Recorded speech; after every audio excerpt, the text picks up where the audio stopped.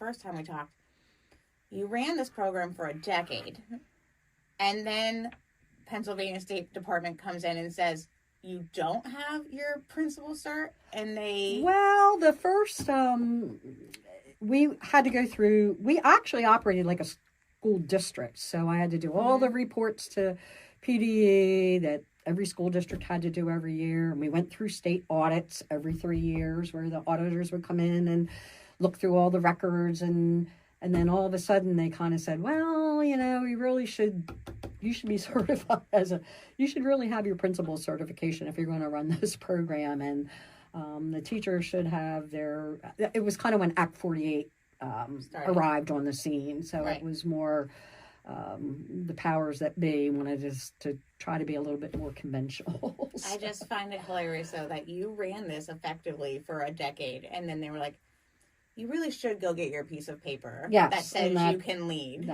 That's all it was a piece of paper. And it was funny because I ended up going to Penn State to get my certification for principal, but most of the classes were in Lancaster. So, one of my teachers was the head of the IU, who I had, we had worked with very closely with in doing some things. And one was one of the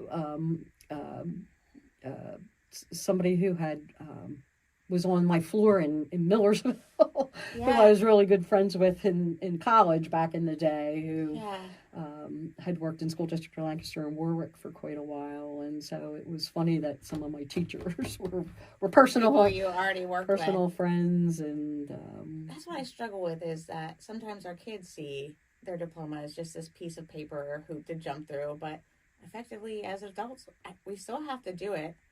As much as I enjoyed my prep program for being a principal, I can't say I did a ton of the learning until I got my feet in the door and actually did the work. And that's what, the piece of paper opens the door. And that's what the diploma does. It opens the door to possibilities that you can't have without it. So, you have to show them that's a stepping stone to bigger and better things. And the next thing. And maybe they don't have it all figured out at the time, but if they want to go to college when they're 25, it's easier to do that when you have your diploma already instead of having to go back and get a GED. And you have a better grounding for those skills than if you would have a GED or a high set test or whatever it is.